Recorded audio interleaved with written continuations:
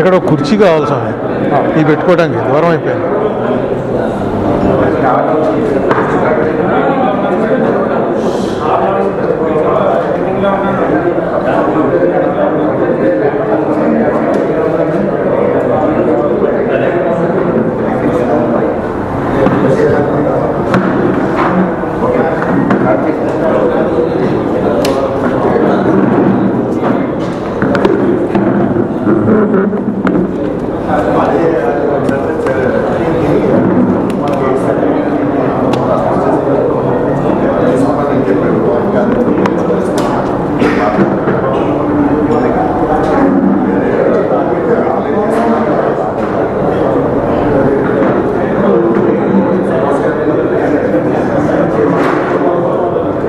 ఇది మధ్య మధ్యలో ఇలా వేలెట్టు లేకపోతుంది, వేలెట్టు ఉంచు.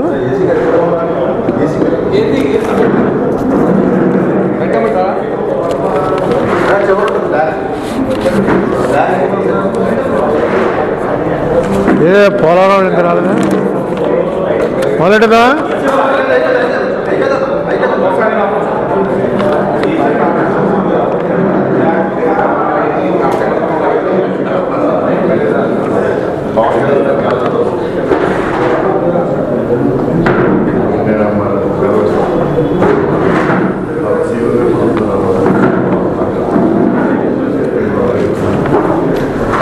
అయ్యా, ఈవేళ అసలు యాక్చువల్గా మీకు ఇన్ఫర్మేషన్ వచ్చే ఉంటుంది. మనం ఈ టైంకి పోలవరంలో ఉండాలి. పోలవరం అందరం కలిసి వెళ్దామని చెప్పి చాలా కాలం అయిందండి.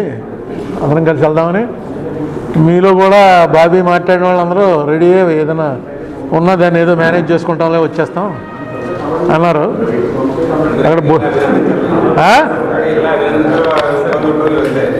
అక్కడ భోజనాలు అవి కూడా అరేంజ్మెంట్ చేసుకున్నారు పాప పోలవరం వాళ్ళు. అయితే మనకి అంటే వర్క్ మనం చాలా ప్రశ్నలు ఉండిపోయి వాటికి సమాధానాలు ఏం చెప్పలా.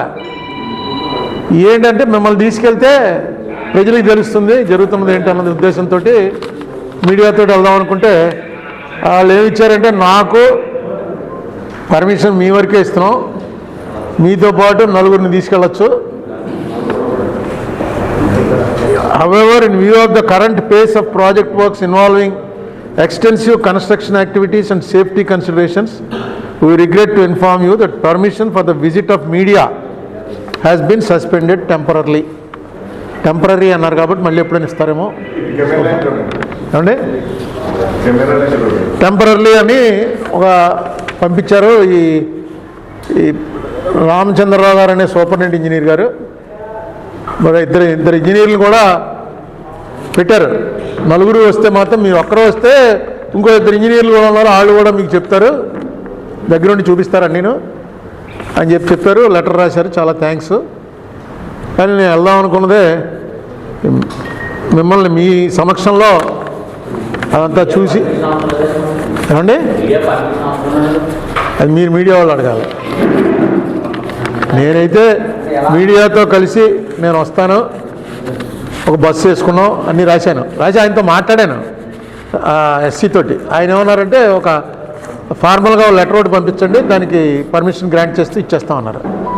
కానీ ఆయన ఇచ్చింది మాత్రం ఓన్లీ ఫర్ యూ అని చెప్పి. అదే నేను ఇప్పుడు జగన్ టైంలో ఆపేసేవారు, చంద్రబాబు టైంలో ఇప్పుడు ఆపరా. అందుకే నేను పెట్టాను. అసలు దీని గురించి కూడా నేను ఆయనకి ఫోన్ చేసింది కూడా కారణం ఏంటంటే, ఎవరినైనా మనిషిని ఇస్తారని, ఎక్కడెక్కడ ఏం జరుగుతుందో చెప్పడానికి ఎవరో ఒక ఇంజనీర్ని ఎవరినైనా మనకు చెప్తే ఎక్స్ప్లెయిన్ చేయగల వాళ్ళని మాట్లాడచ్చు అనే ఉద్దేశంతో ఆయన్ని అడిగాను. లేకపోతే మామూలుగా వెళ్ళిపోదాం, ఇక్కడ అక్కడ ఆపేద్దరు వెనక్కి వచ్చేద్దాం, అదే మీకు పెద్ద న్యూస్ అవును. కానీ ఈయన కాపాడాడు. ఏంటంటే మీడియాని తీసుకురాకండి, మీడియాని తీసుకురావడానికి ఇంకా పర్మిషన్ లేదు. ఇంకా రాశాడు, బ్లాస్టింగ్ ఇస్టింగ్ అవుతుంది అక్కడ. ఇదిగో ఆయనకి నేను రాసిన లెటర్ ఏంటంటే, I request you to permit me and media friends from Rajahmundry to visit the Polavaram project on 18/12/2025 Thursday between 11 AM to 2 PM. ఇంతే నేను లెటర్ రాసింది. అది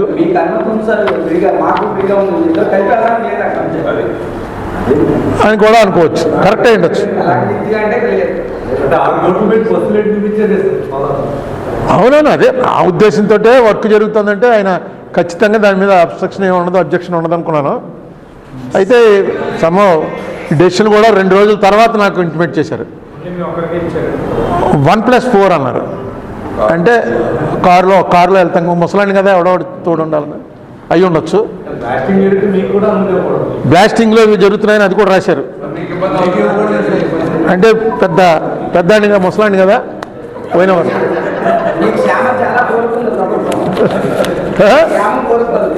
నాకు క్షేమం అలా కాదు, అది కూడా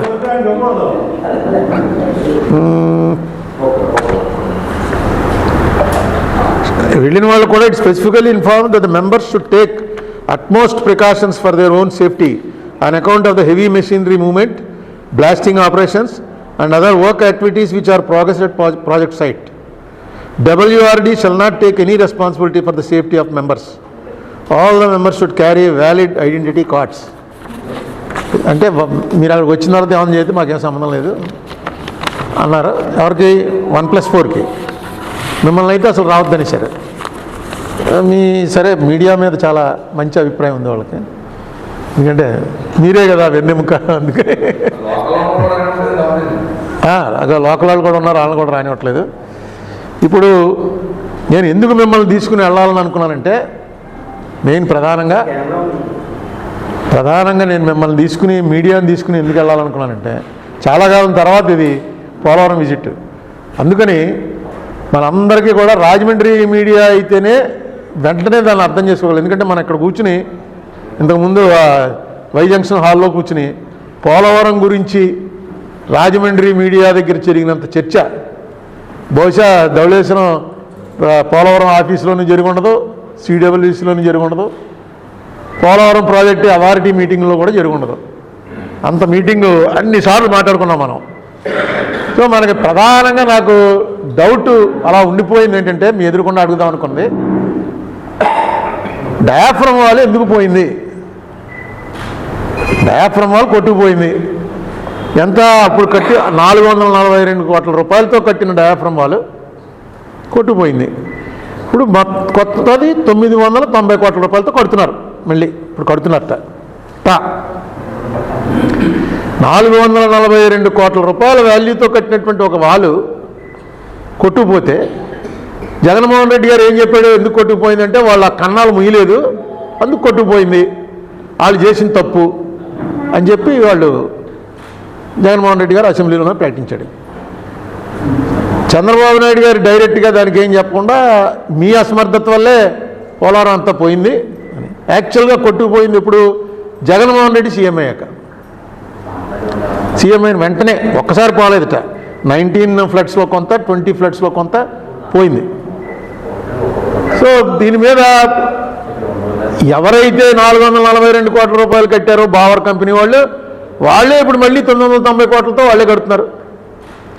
అప్పుడు ఎవరైతే ఇరిగేషన్ సెక్రటరీ, అప్పుడు ఎవరైతే చీఫ్ ఇంజనీరు, అప్పుడు ఎవరైతే ఉన్నారో వాళ్ళే జగన్మోహన్ రెడ్డి టైంలోనూ కంటిన్యూ అయ్యారు, ఇప్పుడు కంటిన్యూ అవుతున్నారు. ఇది ఎవరి డెసిషన్ అసలు? ఈ రకంగా ఇంత పెద్ద డ్యామేజ్ అయితే కనీసం ఒక ఎంక్వైరీ అయినా జరిగిందా? ఎందుకు ఇలా పోయింది? ఇది మళ్ళీ ఉంటుందా, మళ్ళీ పోతుందా? దీని మీద అసలు ఎందుకు ఒక మీటింగ్ వేశారు మొన్న? ఇది రమేష్ అని చెప్పి మీకు ఇంతకుముందు కూడా చెప్పాను, రమేష్ చంద్ర వర్మ అని విశాఖపట్నంలో ఉంటాడు, ఒక అడ్వకేట్, మన ఏరియా వాడే.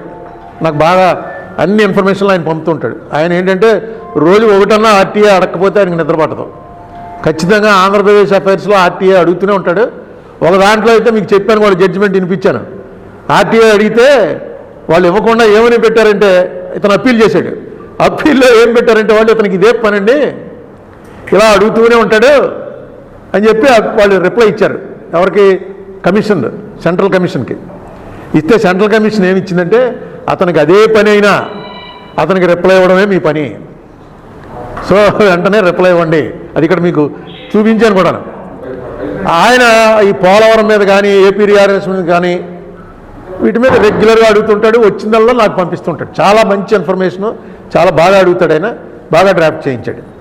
మొన్న ఏమైంది, ఒక కమిటీ వేశారు దాన్ని ఏమని పెట్టారంటే పిఓఈ ప్యానల్ ఆఫ్ ఎక్స్పర్ట్స్ అని చెప్పి ఒక కమిటీ వచ్చి పోలవరం దగ్గర తిరిగి దాని రిపోర్టు అక్టోబర్ నెలలో రిపోర్ట్ ఇచ్చింది.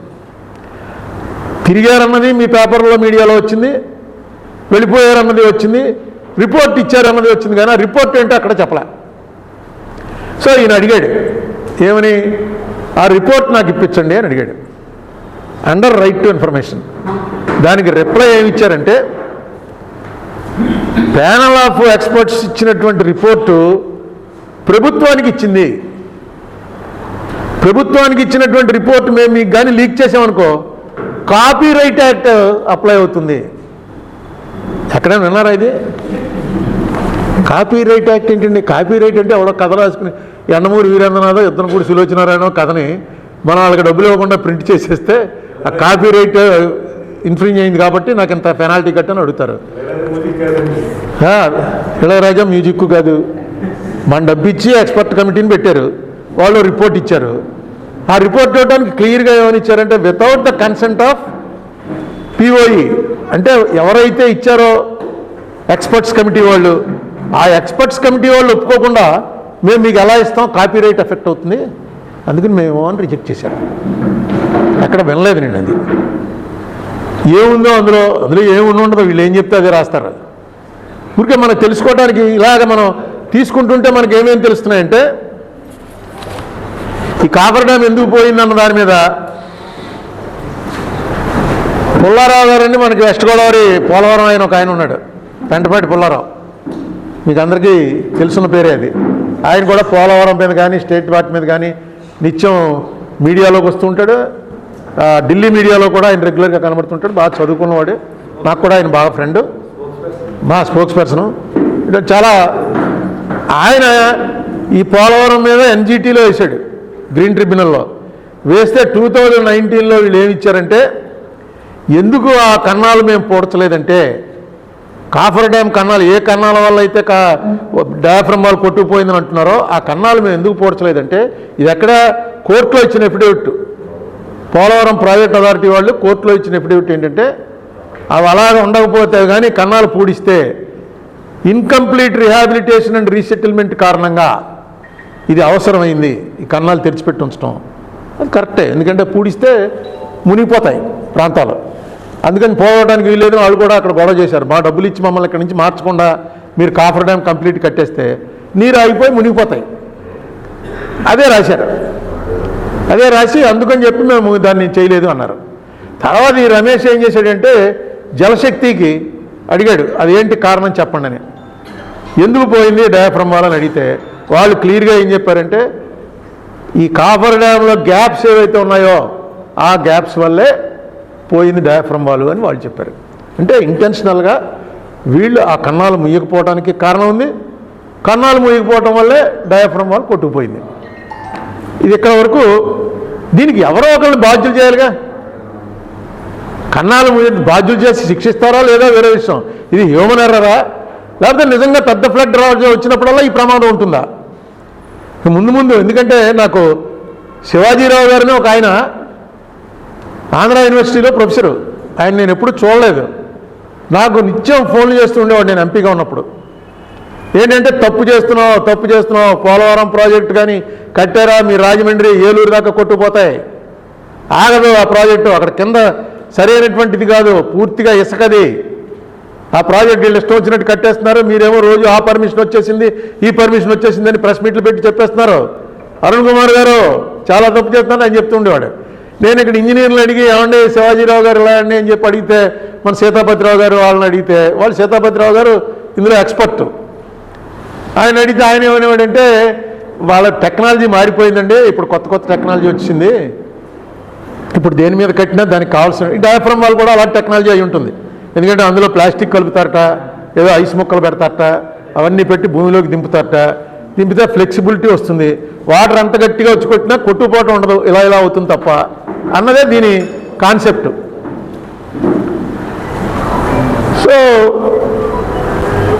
ఈ కాఫర్ డ్యామ్ ఇంకో మాట చెప్పారు వీళ్ళు, సూపరింటెండెంట్ ఇంజనీర్ ధవళేశ్వరం వాళ్ళు ఎప్పుడైతే అక్కడ గ్రీన్ ట్రిబ్యునల్ ముందు తప్పక మేము రిహాబిలిటేషన్ జరగలేదు కాబట్టి ఆ కన్నాలు ఓపెన్గా పెట్టవలసి వచ్చిందని ఎఫిడేవిట్ వేసిన టైంలోనే అక్టోబర్ 17న ఏం చెప్పారంటే ఈ కాఫర్ డ్యాము వల్ల సబ్మెర్జెన్స్ వస్తుంది అన్నది తప్పు. కాఫర్ డ్యామ్ కట్టడం వల్ల మునిగిపోతుంది, కన్నాలు మునిగిపోవటం వల్ల మునిగిపోతుంది అన్నది తప్పు అని చెప్పి ధవళేశ్వరం ఎస్సీ గారు ఆయన ఒక స్టేట్మెంట్ ఇచ్చాడు. అది జలశక్తి వాళ్ళు ఈ రమేష్కి, జలశక్తి అంటే మినిస్ట్రీ వాళ్ళు పంపారు. ఏమండి ఇప్పుడు మనం మిమ్మల్ని తీసుకెళ్ళి మీ సమక్షంలో వాళ్ళని ఏమడుగుదామంటే అనుకున్నానంటే, ఎందుకంటే వాళ్ళు ఎలాగా మనకు అప్పచెప్పే జూనియర్ ఇంజనీరో అసిస్టెంట్ ఇంజనీరో అంత లెవెల్ చెప్పలేకపోయినా అట్లీస్ట్ నోట్ చేసుకుంటారు. మీడియా వచ్చారు కాబట్టి వాటిని నోట్ చేసుకుని పైన అడిగి వీటికి ఏం సమాధానం చెప్పమంటారండి. కనీసం ఎంతమంది ఎక్స్పర్ట్లు వచ్చారు, ఎంతమంది తిరిగి వెళ్ళారు. డయాఫ్రమ్ వాళ్ళు మళ్ళీ కట్టేస్తున్నాం అన్నారు. ఆ మళ్ళీ కట్టేయడం ఇంకా అంతకన్నా బెటర్గా కడతారా, లేకపోతే ఏంటి ఇదే ప్రమాదం మళ్ళీ వస్తే ఏం జరుగుతుంది? అది మళ్ళీ కట్టేది అతనే, అదే బావరు, అదే జనం, అదే ఆఫీసర్లు, అదే ఇంజనీర్లు. గవర్నమెంట్ అక్కడ జగన్ మారాడు, చంద్రబాబు వచ్చాడు. అంతకుముందు చంద్రబాబు జగన్ మారాడు. వాళ్ళకేం సంబంధం ఉంటుంది? నేను ముందు కూడా చెప్పాను. వాళ్ళు ఏమైనా తాపీ పట్టుకెళ్ళి కడతారా, లేకపోతే వాళ్ళు ఏమైనా మిషన్ ఆపరేట్ చేస్తారా? చంద్రబాబు నాయుడు గారు అంటే వారం వెళ్తున్నా అనేవాడు. వారం వెళ్ళి ఏం జరగలే.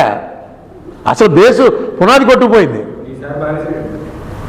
ఈసారి వేరే పనుల వల్ల మానేసి ఉండొచ్చు, కానీ ఆయనకు ఉంది. అది ఆయనకి ఏంటంటే ఏదైనా ఇప్పుడు అమరావతిలాగా ఒకటి ఆయనకు పొసిటివ్ అయిపోతాడు. ఆయన దాంట్లో అయిపోయి ఇంకా ప్రతి వారం వెళ్తున్నాను, ప్రతి గంట వెళ్తున్నానని. కానీ దానివల్ల నాలాంటి లో లెవెల్ వాడికి నాకు అర్థమయ్యేది ఏంటంటే, ఎక్కువ మినిస్టర్లు రావడం వల్ల పని పాడవుతుంది తప్ప పని స్పీడ్ అవ్వదు. ఎందుకంటే వీళ్ళకి చూసుకోవడం, వీళ్ళ ప్రోటోకాల్ చూసుకోవడం, వీళ్ళకి ఇబ్బంది లేకుండా చూసుకోవడం అనేది మెయిన్ ఇష్యూ అయిపోతుంది. ఇది నాకు బాగా గుర్తు.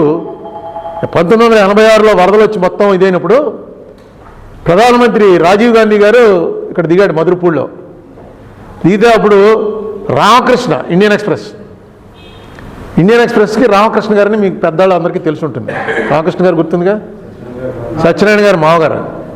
రాజీవ్ గాంధీ దిగి వచ్చాడు. వచ్చి రాజీవ్ గాంధీ, ఎన్టీ రామారావు ఇద్దరును, ఆయన సీఎం, ఆయన పిఎం. నేను రాజీవ్ గాంధీ గారికి ట్రాన్స్లేటర్గా పనిచేశాను కాబట్టి నేను ఆయన పక్కన నిలబడే అవకాశం వచ్చింది నాకు. విష్ చేశాడు దగ్గరనే, హాయ్ అనగానే వెళ్ళి పక్కన నిలబడిపోయాను.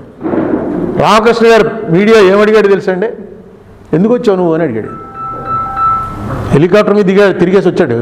ఎందుకు దిగావు హెలికాప్టర్ మీద, తిరిగి వెళ్ళిపోవచ్చు కదా అన్నాడు. అంటే ఆశ్చర్యపోయారు అందరూ.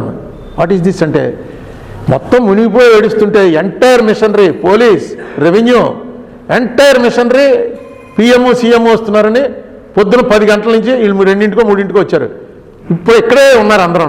మొత్తం అన్ని పనులు స్టాండ్ స్టిల్ ఆగిపోయాయి.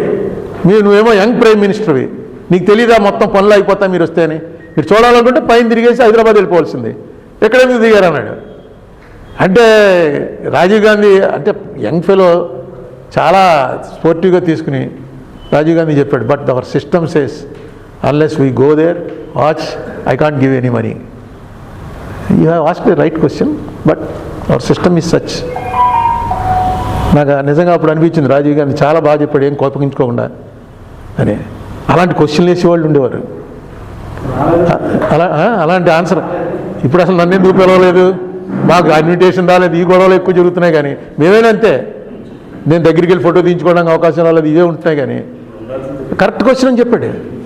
ఇప్పుడు కూడా ఇలా వారం వస్తాడు సీఎం గారు అనేటప్పటికి మొత్తం ఇప్పుడు ఆయన ఇవి పెడుతుంటాడు కాన్ఫరెన్స్లు. ఈ కాన్ఫరెన్స్లు వీటి వల్ల టైం పాడవుతుంది తప్ప పెద్ద బెనిఫిట్ ఏమి ఉంటుందని నేనైతే అనుకోవట్లేదు. కానీ చంద్రబాబు నాయుడు గారు మాత్రం డెఫినెట్గా ప్రతిదీ తెలుసుకుంటూ ఉంటాడు. ఆయన ఏదో ఇది పెట్టుకున్నాడు బాయ్నెట్ మీద, ఏదో దాన్ని ఏదో అన్నారు, డాష్బోర్డ్లో ప్రతిదీ చూస్తూ ఉంటాడు ఆయన.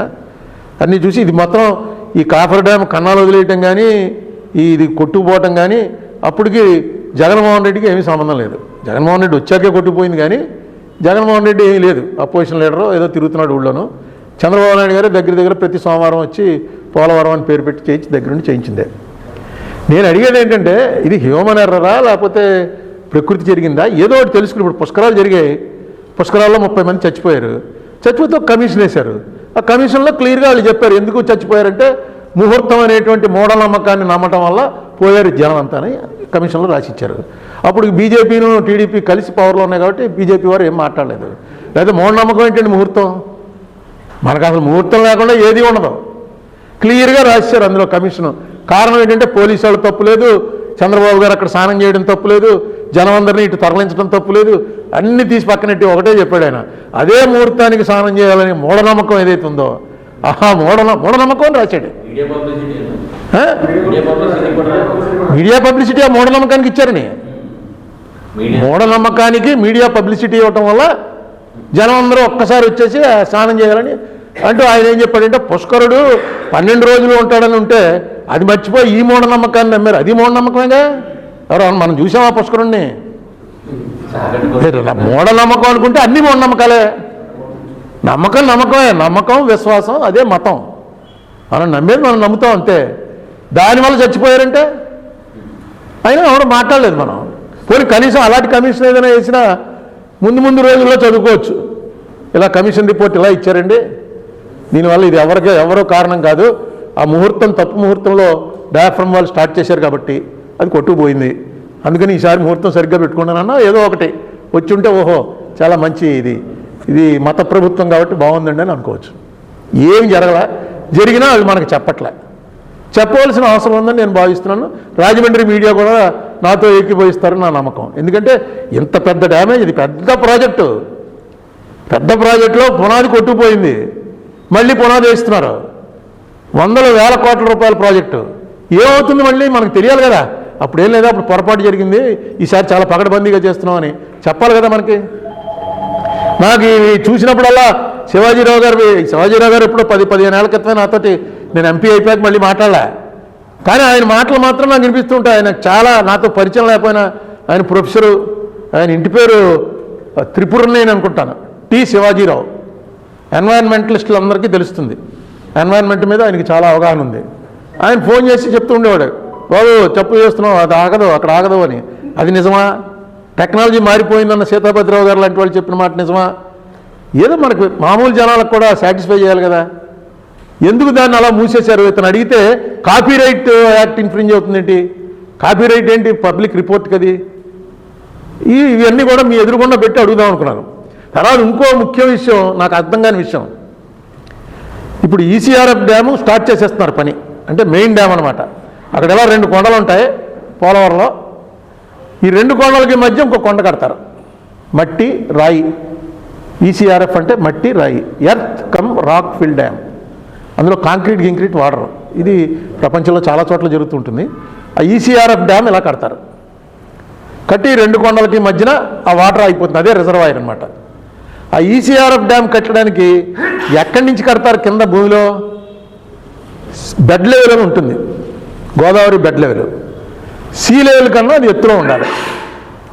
సీ లెవెల్ అంటే సముద్రం దగ్గర, దాన్ని బట్టే మనం నీటిది యాల్టిట్యూడ్ కూడా దాన్ని బట్టే కనబడతాం. ఇప్పుడు ఊటీ చల్లగా ఎందుకు ఉంటుందంటే అది సీ లెవెల్ కన్నా 2000 మీటర్ల ఎత్తులో ఉంది. కాంటూర్ కాదు, యాల్టిట్యూడ్. కాంటూర్ లెవెల్స్ అంటే వాటర్ ఫ్లో.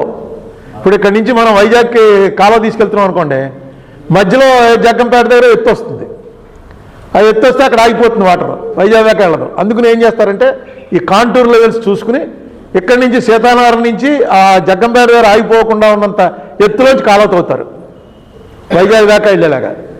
ఇదేంటంటే యాల్టిట్యూడ్ మామూలు సిమ్లాలో చలి ఎందుకు ఉంటుంది, ఇక్కడ మనకు మారేడుమిల్లి వెళ్తే చల్లగా ఉంటుంది, రాజమండ్రి ఉండదు. ఏంటంటే మారేడుమిల్లి ఘాటి ఎక్కి వెళ్ళేటప్పటికి ఇన్ని మీటర్లు ఎత్తుకెళ్ళామని. అలాగే ఇది కడుతున్నప్పుడు సీ లెవెల్కి ఎంత ఎత్తు నుంచి స్టార్ట్ చేసి కన్స్ట్రక్షన్ చేయాలి.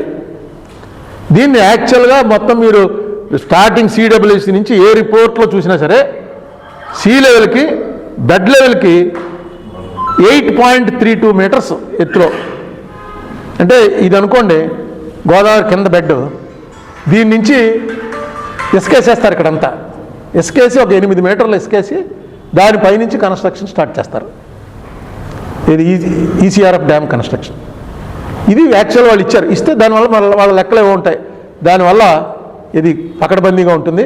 ఈ ఎత్తులో కరెక్ట్గా కట్టాలి. 8.32 అన్న దానికి వచ్చారంటే 8 మీటర్లో 10 మీటర్లో అనలేదు, 8.32 మీటర్ల ఎత్తు నుంచి కట్టండి అని.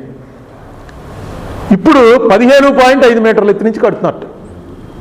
అంటే బెడ్ లెవెల్కి దీనికి గ్యాప్ ఆల్మోస్ట్ డబుల్ పెంచేస్తున్నారు. నేను పాతవన్నీ చూస్తే ఎక్కడిచ్చినా 8.32 ఇచ్చాడు, కానీ 15.5 మీటర్స్ దగ్గర కట్టడం అనేది ఎక్కడ లేదు, ఇప్పుడు మొదలెట్టారని మొన్న పేపర్లో చూశాను. 15.5 మీటర్స్ దగ్గర కట్టడం అంటే రిస్క్ పెరిగిందిగా. కింద నుంచి వాటర్ వెళ్తూ ఉంటుంది, వెళ్లకుండానే డయాఫ్రమ్ వాల్ ఊరుతూ ఉంటుంది ఊట.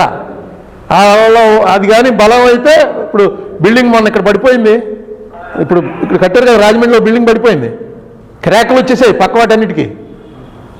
ఇక్కడే మన జవహర్లాల్ నెహ్రూ రోడ్డా ఏవి అప్పారావు రోడ్లో కొత్తగా ఓపెన్ చేశారు. అది ఎందుకు చేశారు? పక్కన ఉన్న బిల్డింగ్లు ఉన్నటువంటి లెవెల్, వాటి పునాది లెవెల్ కన్నా వీళ్ళు లోపలికి వెళ్ళిపోయారు. లోపలికి వెళ్ళిపోయేటప్పటికి అది షేక్ అవుతుంది, షేక్ అవడంతో క్రాక్లు వచ్చాయి. దాంతో దానికి సెక్యూరిటీ ప్రాబ్లం వచ్చింది. అప్పుడు ఏదో సెటిల్ చేసుకున్నారు. ఇది సెటిల్ చేసుకోవటం ఉండదు, రాజమండ్రి ఉండదు, ఏలూరు ఉండదు మొత్తం. ఎందుకంటే ఒక్కసారి డ్యామ్ కొట్టిందంటే తేడా వచ్చి మొత్తం ఆ నీరు ఎప్పుడు వచ్చి పడిపోతుందో తెలియదు, మొత్తం పోతుంది, ఇదంతా పోతుంది. అది కూడా వాళ్ళే కానీ పోవడం, బలమైనటువంటి కట్టడం కడుతున్నాం. టెక్నాలజీ మారిపోయింది. దీనివల్ల అక్కడ ఎంత వీక్ అంటే మీకు యాక్చువల్ వాటర్ పడి మనకి ఏ బ్యారేజ్ చూపించినా సరే ఫ్లడ్స్లో డ్యాము అదే ఉంటుంది, స్పిల్వే అదే ఉంటుంది. శ్రీశైలం చూపిస్తారు, నాగార్జున సాగర్ చూపిస్తారు, నీళ్లు రైన్ వచ్చేస్తుంటాయి. అదే డ్యాము మూసేస్తే డ్యామ్ అయిపోతుంది, తెరిస్తే గోడౌన్స్ అవుతుంది. మనకి ఇక్కడ అలా కాదు, ఇక్కడ ఒక కొండ వేసేసి స్పిల్వే పక్కన పెట్టారు. ఎందుకంటే ఇక్కడ స్పిల్వే కడితే కింద ఇసుక అది ఉండటం వల్ల కొట్టుకుపోతుంది. అక్కడే రాక్ఫిల్ డ్యామ్ కడుతున్నారు. కానీ సో ఇది చాలా పకడ్బందీ. ఎందుకు ఇది తేడా వచ్చింది అన్న దాని మీద ఇప్పటివరకు నాకైతే క్లారిటీ రాలేదు. అది కూడా అడుగుదాం అనుకున్నాను మీరు అందరూ వస్తే.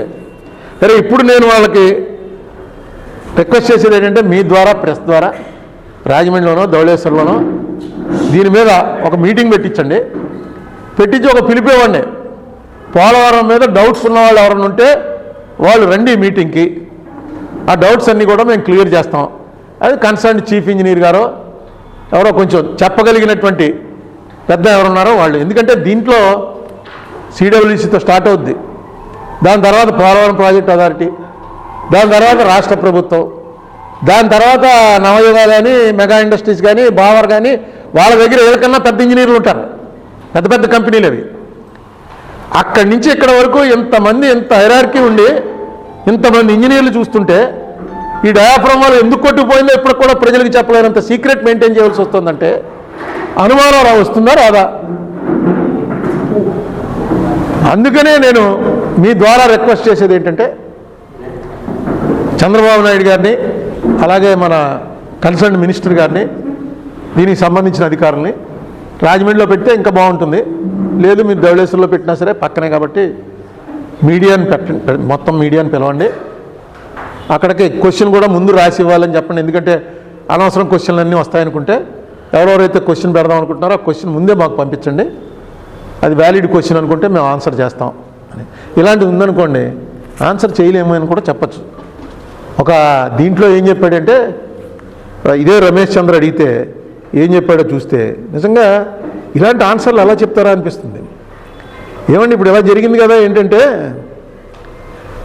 ఇవన్నీ కూడా మేము దీని ద్వారా ఎక్స్పీరియన్స్, ఇది ఒక్కొక్క దాంతో ఒకటి నేర్చుకుంటూ ఉంటాం.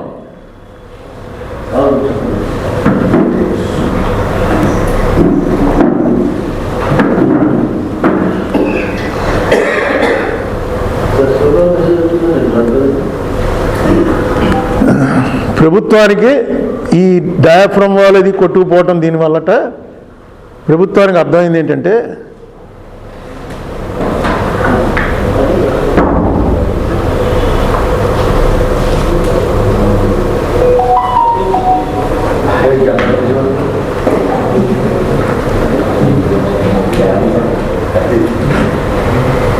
while the complexities of flood management and dam construction may lead to challenging situation, it assures stakeholders that the government is actively working on comprehensive solution to address the concerns. This includes ongoing assessments, stakeholder engagement and adherence of regulatory framework to the safety and security of all affected communities. In conclusion, the challenges highlighted in the complaint, the government is dedicated to resolving these issues through continuous improvement and collaboration with all the relevant authorities. ఇలాంటి వచ్చినప్పుడే ఇలాంటి challenge వస్తుంది. ఇలాంటి challenge వచ్చినప్పుడే ఇది ఎలా చేయాలనేటువంటి అనుభవం పెరుగుతుంది. అంటే డయాఫ్రమ్ వాళ్ళు కొట్టుకుపోయింది, ఇదో ఛాలెంజ్. ఇక్కడి నుంచి దీన్ని పట్టుకుని ఇంకా నేర్చుకుంటాం. డయాఫ్రమ్ వాళ్ళు ఇలా కొట్టుకుపోతుంది అనమాట, దీన్ని ఇలా చేస్తాం, ఎలా ఇక ముందు ముందు ఎలా చేయాలన్నది మేము తీసుకుంటాం. ఇది మనం చెప్పేది, ఇంజనీర్లు చెప్పేది కాదు.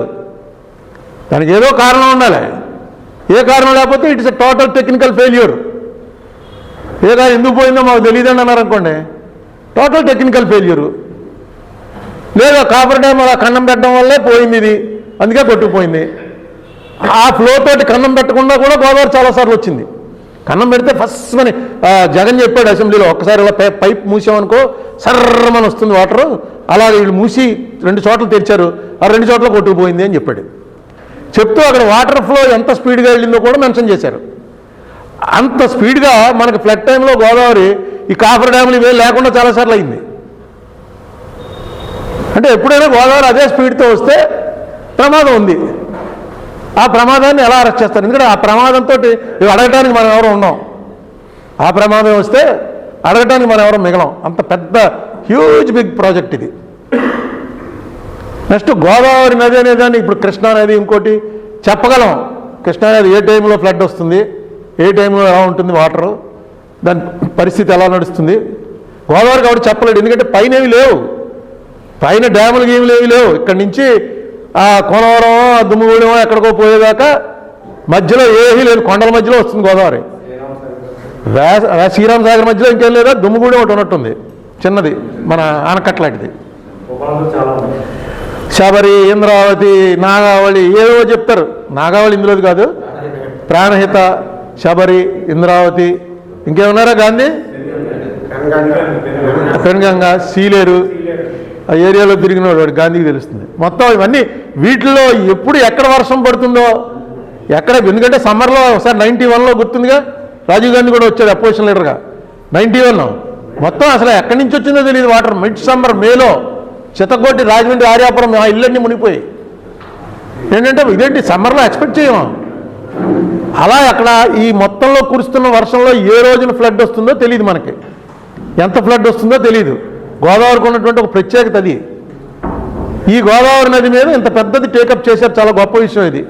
ఆ టేకప్ చేసినటువంటి దాన్ని సక్సెస్ఫుల్గా చేయడానికి మామూలుగా మిగతా చోట్ల కట్టినట్టుగా ఏదో పడవ మీద అలా వెళ్ళినట్టు, లేదా రాజమండ్రిలో లాంచ్ ఎక్కి కొవ్వూరు వెళ్ళినట్టు కాదు ఇది. ఇది ఒక పెద్ద సముద్రంలో తెప్పేసుకుని వెళ్ళినట్టు. మనకి ఇక్కడ తెప్పలేసి తిరుగుతుంటారు, అలాంటి తెప్పేసుకుని సముద్రంలో దిగాం.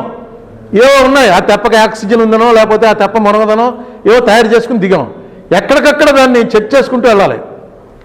దీన్ని కూడా మామూలు దానిలాగా వదిలేసి, ఎందుకంటే నేను 2-3 ఇంజనీర్లను అడిగాను, నాకు పరిచయం ఉన్న ఇంజనీర్లని, అందులో పనిచేస్తున్న వాళ్ళని. అంటే వాళ్ళు నవ్వుతారు, అంటే వాళ్ళకి తెలుసు ఏం జరుగుతుందో. ఒక చిన్న నవ్వు నవ్వి ఏం సరేనండి మీకు చెప్పడం మా వల్ల కాదండి అని. ఎవరినైనా మీ ద్వారా కొంచెం దీన్ని హైలైట్ చేస్తే కూర్చుని మాట్లాడదాం మనం. ఆ ధవళేశ్వరంలోనో రాజమండ్రిలోనో ఎక్కడో చోట మీటింగ్ పెట్టి పిలవమనండి. పోలవరం మీద ఒకసారి ఇంత పూర్వం శ్వేతపత్రాలు ప్రకటిస్తూనే ఉండేవారు చంద్రబాబు నాయుడు గారు.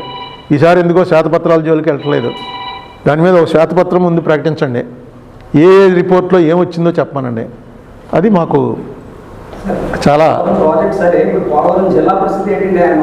పోలవరం జిల్లా గురించే పోలవరం వాళ్ళు అందరూ వచ్చి కూర్చున్నారు. పోలవరం జిల్లా ఇస్తామని అక్కడ అనౌన్స్ చేసిన వీడియోలు అన్నీ మీరు కూడా చూశారు. పవన్ కళ్యాణ్ గారు వెళ్ళి ఆయన కూడా చేశారు. పోలవరం ఇమీడియట్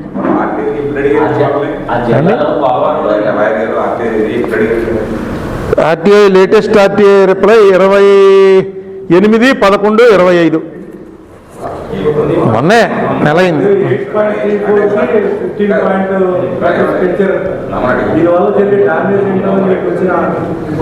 ఇప్పుడు మనం రోడ్డు, నువ్వు ఇల్లు కట్టుకుంటున్నావు, రోడ్డు ఉంది, రోడ్డు పక్కన నువ్వు ఇల్లు కట్టుకుంటున్నావు. ఏం చేస్తావు నువ్వు? రోడ్డు ఈ లెవెల్లో ఉంటే పునాదులు ఈ లెవెల్ వరకు తీస్తావు. రోడ్డు కన్నా లోపలికి వెళ్తావా? ఆ లోపలికి వెళ్ళి ఎంత లోపలికి వెళ్తే పునాదులు అంత గట్టిగా ఉంటాయి. నువ్వు అలా కాకుండా రోడ్డు లెవెల్కే వచ్చి మట్టేసి చట్టురేసి ఈ చట్టు మీద నుంచి నేను ఇల్లు కట్టుకుంటానన్నావు అనుకో, పిల్లర్స్ వేసి, అది ఆగుతుందా? స్ట్రాంగ్ ఉండదు. ఆ టైంకి ఏమో ఆగుతుందేమో కాసేపు, కానీ రోడ్డు లెవెల్ కన్నా ఎప్పుడు లోపలికే వెళ్తాం మనం. పునాదులు అక్కడి నుంచి స్టార్ట్ చేస్తాం కన్స్ట్రక్షన్.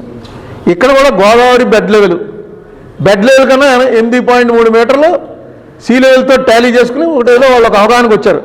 అక్కడ కూడా కింద పూర్తిగా ఇసుకేసేస్తారు, ఇసుకతో నింపేసి ఆ గ్యాప్ దాని మీద 8.3 మీటర్స్ స్టార్ట్ చేస్తారు. ఏమి ఇప్పుడు ఇలాంటివి వర్కుల్లో మనకు ఎంతవరకు తెలుసు? ఊరికే పోలవరం కడితే ఇదంతా చాలా సుభిక్షం అవుతుంది, కరెంట్ వస్తుంది, అది వస్తుంది, పైన వేసుకుని వెళ్ళొచ్చు. ఆ పోలవరం ఏరియాలో ఇగో ఈ రమేష్ అడిగాడు, పోలవరం ఏరియాలో ఇండస్ట్రియల్ హబ్ పెట్టాలని. ఇండస్ట్రియల్ హబ్ పెట్టాలంటే రిప్లై ఏమి ఇచ్చారంటే ఆల్రెడీ అక్కడ 30 ఎకరాలు కేటాయించాను దీనికోసం ఏదో పెట్టారు. 30 ఎకరాల్లో ఇండస్ట్రియల్ హబ్ ఏంటండి, ఇది చాలా పెద్దది పెట్టాలి. అతను అలాగనే రాస్తూనే ఉంటాడు, రాసినవన్నీ నాకు పంపిస్తుంటాడు. నిజమే, పోలవరం ఏరియాని చంద్రబాబు నాయుడు గారు చెప్పిన దాంట్లో 10% డెవలప్ చేసిన పోలవరం వాళ్ళు ఎవడో కూడా ఇదేటరా ఈ ప్రాజెక్టు మమ్మల్ని ముంచేసిందనో మా దైనందిన జీవితాలు దెబ్బతిన్నాయనో ఎవ్వరూ ఆడవరు. ఎప్పుడు కూడా అగ్రాయిడ్ పార్టీ అంటూ మిగలకూడదు ఇలాంటి ప్రాజెక్టులో, అందరినీ సాటిస్ఫై చేయాలి. అందుకే మన రాజశేఖర రెడ్డి ఏం చేశాడు, రూపాయి దానికి 10 రూపాయలు ప్రాజెక్ట్ కాస్ట్లో పెట్టేశాడు. అంటే ఖచ్చితంగా ఇంకా అది మార్చడానికి వీలు ఉండదు. ఏదైనా పొలం ఇచ్చేస్తున్నాడు, రూపాయికి 5 రూపాయలు ఏదైనా ఒకసారి ఏదో ఇచ్చేది, ఏదో ఒకటి చేసుకుంటాడు, ఇంకో చోట పొలం కొనుక్కుంటాడు. ఈ గొడవలన్నీ పెట్టకండి, అడిగింది ఎంత 100% ఇవ్వచ్చండి రూల్ ప్రకారం అని. ఇంకా నాకేమన్నా పవర్స్ ఉన్నాయా, నేనేమన్నా 50 పెంచచ్చా? ఎంత పెంచగలిగితే అంత పెంచండి. వాడు భూమి ఇచ్చేసి అక్కడి నుంచి తాతతండ్రుల నుంచి ఉన్నవాడు అక్కడి నుంచి పోతుంటే వాడితో బేరాలు ఏంటి మనం అంత అనేది రాజశేఖర రెడ్డి పాలసీ తీసుకున్నాడు. అదే దాంట్లోకి వస్తున్నాను అసలు. అది వాళ్ళందరూ వచ్చి కూర్చున్నారు, ఆ ఊరు పోలవరం పెద్దలందరూ వచ్చారు. ఇసుక మీద కడపనేది కరెక్ట్ కాదు సార్. ఇప్పుడు డయాగ్రామ్ కడుతున్నాం, కాంక్రీట్ తోటి లోపల గ్యాప్ అది నదిలోకి. ఇప్పుడు గ్యాప్ అనేది మన ఒడ్డు మీద కడుతున్నారు ఇప్పుడు ఇటువైపు. ఇప్పుడు వాళ్ళు ఏం చేస్తారు, డయాగ్రామ్ వాళ్ళకి అటు ఇటు కూడా మట్టి మట్టి వేస్తారు, కొండలు తీసిన కంకర వేస్తారు పెట్టారు. దాంతోపాటు రాళ్ళు ఏం చేసి దాంట్లో కాంక్రీట్ కూడా పోస్తారు. అటు ఇటు కూడా డయాగ్రామ్ వాళ్ళకి అటు ఇటు కూడా కాంక్రీట్ తోటి కట్టమైంది అని మీరు ఒకసారి ఇదిగో ఇది సిడబ్ల్యూసి వాళ్ళ డిజైన్. ఇది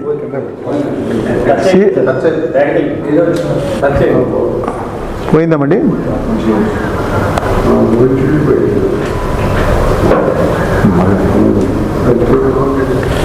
ఇందిరా సాగర్ పోలవరం ప్రాజెక్ట్ అని ఉన్నప్పుడుది. ఇదిగో ఇది అప్పటి నుంచి ఇదే ఉంది. దీన్ని చూసే మనకు అర్థమైంది 8.3 అనే ఉంది ఇందులో. ఇదిగో క్లియర్గా 8.320 కనబడుతుందా? 8.320 అది లెవెల్. నెట్గా ఇది నా దగ్గర పాతది. ఇలా కట్టుకొస్తారంటే ఇలా కొండ కట్టుకొచ్చి ఇందులో డయాఫ్రమ్ వాళ్ళు ఇది మధ్యలో ఉన్నటువంటి గీతం చూసారా? ఇది సార్ ఇంకో పాయింట్ ఏంటంటే మనకి ఇప్పుడు ఆర్టీ మీద అడిగినప్పుడు ఈ డయాఫ్రమ్ వాళ్ళు చాలా మనం వేసవలనే ఇప్పుడు ప్రారంభించారు. అప్పుడే ముందు పెట్టుకుంటే మనకి ఇంకా ఉపయోగం ఉండేది. ఇప్పుడు ఆల్రెడీ డయాఫ్రమ్ వాళ్ళు పూర్తయిపోయింది, అటు లోపల నిద్ర పెట్టేసారు, గ్యాప్ వాళ్ళు పూర్తి చేస్తారు. అంటే ఈ డౌట్ పెట్టారు కాబట్టి డౌట్ ఉంది కాబట్టి మనం తీసుకోవడం అది ముందు చేసుకుంటే ఇంకా బాగుంటుంది. అంటే మీకు అలా కాదు కదా. ఇప్పుడు మీరు మీడియా అనేక స్టోరీలు రాస్తున్నారు. నాలాంటి వాడికి ఎలా తెలుస్తుంది? మీ దాంట్లో చదివిన స్టోరీని బట్టే నాకు ఎలా తెలుస్తుంది? నేను ఏమైనా దాంట్లో ఎక్స్పర్ట్నా? ఇంజనీర్లకే తెలీదు ఆ స్పాట్లో ఏం జరుగుతుంది అన్నది అక్కడ ఉన్న ఇంజనీర్కి తెలుస్తుందేమో తప్ప ఇంజనీరింగ్ ఎక్స్పర్ట్లకే. ఇప్పుడు సీతాపతిరావు గారు ఉన్నాడు, ఆయనకి 90 ఏళ్ళు వచ్చాయి, హైదరాబాద్లో ఉంటాడు. ఇంకా మెమరీ బాగుంది, వాయిస్ బాగుంది, అన్నీ బాగుంది, పొద్దున వస్తూ కూడా మాట్లాడాను. అలాంటి వాళ్ళని అడగాలి. ఆయన మోస్ట్ ఆనెస్ట్ ఆఫీసర్గా మీ ఇక్కడ కూడా పెద్దవాళ్ళందరికీ తెలుస్తుంది. సీతాపతిరావు చీఫ్ ఇంజనీర్గా రిటైర్ అయ్యాడు. రాజశేఖర రెడ్డి టైం చంద్రబాబు నాయుడు గారు కూడా విపరీతంగా అతన్ని నమ్మేవారు. ఆయన టైంలోనే ఇక్కడ చాగలనాడు, ఈ పుష్కర ఇవన్నీ కూడా ఓకే అయిన ఆయన టైంలోనే. అలాంటి వాళ్ళని అడగాలి. కానీ ముసలాడు అయిపోయాడు బాబు అని అనుకుంటే వాళ్ళకే తెలుస్తాయి. ఆ సొంటి రామ్మూర్తి దగ్గర నుంచి ఏంటన్నది ఆయన చెప్పగలడు. ఎక్కడ ఏలుసుకుందా పోలవరం, వాళ్ళ ఊరు కూడా పోలవరం దగ్గరే. అక్కడ ఎమ్మెల్యే చేశాడు వాళ్ళ పెదనాన్న గారు, కోదండరామయ్య గారు, ఫస్ట్ ఎమ్మెల్యే. ఫ్యామిలీ ఉంది. మనం ఏంటంటే నలుగురిని వాడుకోగలగాలి. ఇతను రాజశేఖర రెడ్డి దగ్గర అడ్వైజర్గా చేశాడు కాబట్టి ఇతను మనకు పని చేయడండి. రాజశేఖర రెడ్డి దగ్గర మంత్రిగా పనిచేసిన వాళ్ళు ఇలా మంత్రివర్గంలో పనిచేస్తారు, కానీ రాజశేఖర రెడ్డి దగ్గర అడ్వైజర్గా పనిచేసిన వాళ్ళు పనిచేయాలంటే అలాగా ఇక్కడ వాళ్ళు అక్కడ, అక్కడ వాళ్ళు ఇక్కడ. మరి టెక్నికల్గా ఆయనకి ఎంత ఎక్స్పర్టైజ్ ఉంది అన్నదే లెక్కలో తీసుకోవాలి. సరే, ఇది ఊరికే చెప్తున్నాడు. ఆయన మాట్లాడతాడా నాకు తెలియదు, కానీ నేను పోలవరం గురించి నాకు ఏ డౌట్ వచ్చినా ఆయన అడుగుతూ ఉంటాను, ఆయన చెప్తుంటాడు. ఇంకా ఉన్నాడు వైజాగ్లో పెద్ద ఇంజనీర్ గారు ఉన్నారు, ఆయన పేరు చెప్తే ఆయన ఫీల్ అవుతాడు చెప్పడు. ఎందుకంటే ఆయన ఇంకా వయసు పనిచేస్తున్నాను, గొడవలు పెట్టుకోవడం ఇష్టం లేదు. అరుణ్ కుమార్ నోట్లోంచి అతని పేరు వస్తే అతనికి ఎందుకు ఇబ్బంది? ఈ రమేష్ చంద్ర పేరు నాతో ఖచ్చితంగా నాకు ప్రతిదీ పంపిస్తాడు ఏది వచ్చినా. ఇంకొక ఆయన ఉన్నాడు ఎనగంటి రవికుమార్ అని, మీ జర్నలిస్టే, కృష్ణా జిల్లా. ఆయన కూడా ఆయన అడిగినవన్నీ పేపర్లో వస్తుంటే నాకు పంపుతూ ఉంటాడు. ఇలాంటి వాళ్ళు మీలాంటి వాళ్ళు పంపుతున్న వాటిని బట్టి నేను మాట్లాడతాను. నేను మాట్లాడింది ఏమి కరెక్ట్గా నాలెడ్జ్ ఉండి నేనేమి ఎక్స్పర్టైజ్ని కాదు, నాకేం తెలియదు. నేను మామూలు కామన్ సివిలియన్, మీరు ఎలాగో నేను అలాగే. నాకు కొంచెం ఎక్కువ టైం దీని మీద స్పేర్ చేసే అవకాశం ఉంటుంది, ఎందుకంటే నేను పొలిటికల్గా ఉన్నాను కాబట్టి నాకు వేరే పని లేదు. ఆ పని లేకపోవడం వల్ల ఇది ఎక్కువ చూస్తుంటాను. అంటే గతంలో కూడా వైఎస్ టైంలోని సేనయ్య కమిటీ 2 డయాఫ్రామ్స్ వాళ్ళు నిర్మించాలని ఇచ్చింది. అప్పట్లో వైఎస్ ప్రభుత్వం పట్టించుకోలేదు అనేది వాదన ఉంది సార్. ఏమో మరి ఇవన్నీ నాకు తెలియదు అసలు. ఇప్పటివరకు నాకు డయాఫ్రమ్ వాళ్ళు అనేది ఏంటి అన్నది నాకు అర్థం అవ్వలే. దాంట్లో ఏదో బెల్లటైన్ ఏదో చెప్పారు, అది కలుపుతారట. ఐసులో కూల్ చేసి బాగా -50 డిగ్రీలో -100 డిగ్రీలకు తీసుకెళ్ళి అప్పుడు పట్టుకెళ్ళి అది లోపలికి పెడతారు, కన్సాలిడేట్ అవుతుంది అని ఏవో చెప్తున్నారు. ఇవన్నీ టెక్నాలజీలు మారుతున్నాయి, మనకి తెలియదు కదా. నాకు ఈ టెక్నాలజీ తెలియదు. ఇలా ఫోన్లోంచి ఇలా కొడితే టక్కన నీకు వచ్చేస్తుంది.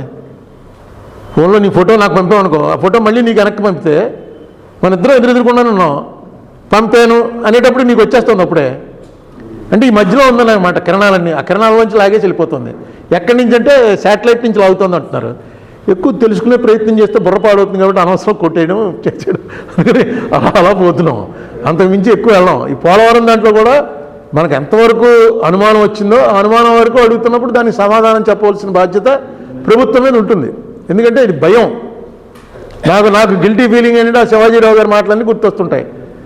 ఏంట్రా మనం ఇందులో ఎంత తిరిగితే చివరికి వచ్చి ప్రమాదంలో దారితీస్తుందా, ఏం జరుగుతుంది అక్కడ, జరిగిన దానికి కారణం కూడా చెప్పట్లేదని. ఇది మీరు చెప్పిన దానికి ఇది మీకు పంపిస్తాను చూడండి. 8.3 మీటర్స్ కూడా ఇక్కడి నుంచే చూశాను నేను. మనం మీ పేపర్లోనే అక్కడో చూశాను 15.5 ఇంచ్ కడుతున్నారని. పెంచారు కింద నుంచి 8.32 నుంచి కట్టాలి అన్నటువంటిది ఏదైతే ఇందిరాసాగర్ టైంలో ఇచ్చిన అరేంజ్మెంట్ ఉందో, ఇది ఎప్పుడు tentative section of ఎర్త్కమ్ rockfill dam in GG alignment gap 2 అని పెట్టింది ఏదైతే అప్పట్లో పంపించారో దాని ప్రకారం కాకుండా ఒక 7 మీటర్లు పైకి కడుతున్నారు, సముద్ర నదీ గర్భానికి పైకి. దీనికి మరి ఏమో అది మారిందా, టెక్నాలజీ వేరు అన్నారనుకోండి, కట్టకలేదని. ఓకే, అదే చెప్పడానికే మనం వెళ్దాం అనుకున్నాం. అయితే వాళ్ళు లెటర్ ఇంకోలా ఇస్తుంటే బాగుండు. స్పాట్కి అందరూ వెళ్ళడానికి ఉండదు, స్పాట్కి మీరు వెళ్ళండి. మీడియానేమో అక్కడ పోలవరం ఆఫీస్ రూమ్లో కూర్చోబెట్టి మీడియాకి మీరు వచ్చి కావాల్సి ఎక్స్ప్లెయిన్ చేసుకోవచ్చు, కానీ స్పాట్కి మీడియాని తీసుకెళ్తే కొంచెం ఇబ్బందులు ఉన్నాయని పెట్టినా మనం వెళ్ళిపోదాం. ఎందుకంటే అన్ని అరేంజ్మెంట్స్ అయిపోయాయి. వీడియో తీసేవాళ్ళు ఎవరో ఇద్దరు తీసుకుని వెళ్ళి ఆ వీడియో వచ్చి ఆఫీస్లో కూర్చుని వేసుకుని ఇలా చూసి వచ్చామయ్యా అని.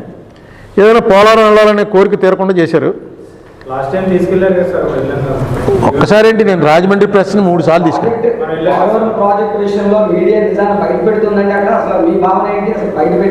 అంటే ఇప్పుడు మీడియా అంటే main stream media, social media, నేను ఎడిటర్నే, ఏదో కొడతాను, కొడితే వెళ్తున్న దాంట్లో సరుకు ఉందనుకోండి మీరు అందరూ ఫార్వర్డ్ చేసేస్తున్నారు, దాంతో ఎక్కువ సర్క్యులేషన్లోకి వస్తుంది. అది ఇప్పుడు మోడీ గారికి 2014లో ఫుల్గా ఉపయోగపడింది సోషల్ మీడియాయే.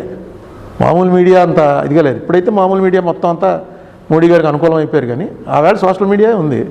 సోషల్ మీడియా ఒక కొత్త ఫినామినా, బాగా డెవలప్ అవుతుంది. అందులో దాని వల్ల కొంత బ్యాడ్ కూడా ఉండొచ్చు, బ్యాడ్ లేకుండా గుడ్ ఉండదు. Every advantage has its own disadvantage.